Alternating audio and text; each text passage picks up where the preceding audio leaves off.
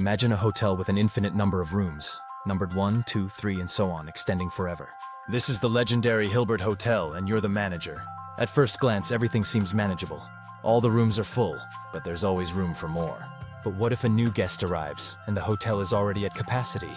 Most managers would turn the new guest away, but you know better. You understand the magic of infinity. So, you make an announcement. Everyone, please move to the next room. The person in room 1 moves to room 2. The person in room 2 moves to room 3, and so on. Now room 1 is vacant, and the new guest can take it. Problem solved! But then, an entire bus pulls up, carrying 100 new guests. No problem, right? You simply ask everyone to move down 100 rooms. Now you've freed up 100 rooms for the new arrivals, and everything fits neatly. It seems like the hotel could go on forever. Then one day, a bus that's infinitely long pulls up, packed with infinitely many people. How do you fit all these new guests into the already full hotel? Well, you've got a plan. You instruct everyone to move to a room twice the number of their current room.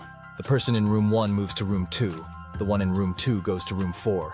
The person in room 3 moves to room 6, and so on. Now all the odd-numbered rooms are available, and you can fit all the new guests into them. It's a perfect solution. But just when you think you've seen it all, an infinite number of infinite buses pulls up. Not just 1 or 2, but an infinite number of buses, each carrying an infinite number of passengers. How do you handle this? You pull out your infinite spreadsheet, of course. You create rows for each bus and columns for the hotel rooms. Each passenger gets a unique identifier based on their bus and their seat number. Then you zigzag through the spreadsheet, making sure each person is assigned to a unique room. You've done it. Everyone has a room. The hotel can now hold an infinite number of infinitely many guests. But wait, there's a new twist. An infinite party bus arrives, and the passengers are even more complicated. They don't have names or seats. Instead, they're identified by infinitely long sequences of only 2 letters, A and B. Each person's name is an endless string of A's and B's.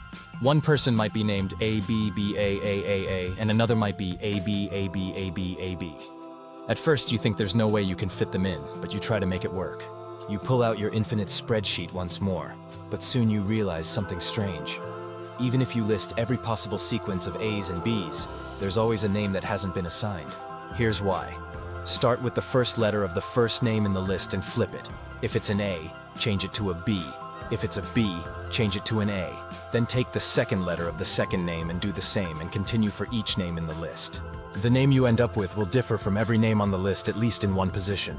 It will never match the first person's name, the second person's name, or anyone else's. This name, created by flipping letters on the diagonal, is guaranteed to be missing from the list. This reveals something stunning. The hotel has a countably infinite number of rooms, meaning there are as many rooms as there are natural numbers, 1, 2, 3, and so on. However, the passengers on the new bus represent an uncountably infinite set. There are simply more of them than there are rooms, and no matter how hard you try, there's no way to fit them all in. Some infinities are bigger than others. This realization about different sizes of infinity was a groundbreaking discovery, one that even led to the development of the very technology you're using right now to watch this video. But that's a story for another time. The Hilbert Hotel teaches us that while infinity may seem limitless, there are deeper, more surprising layers to it.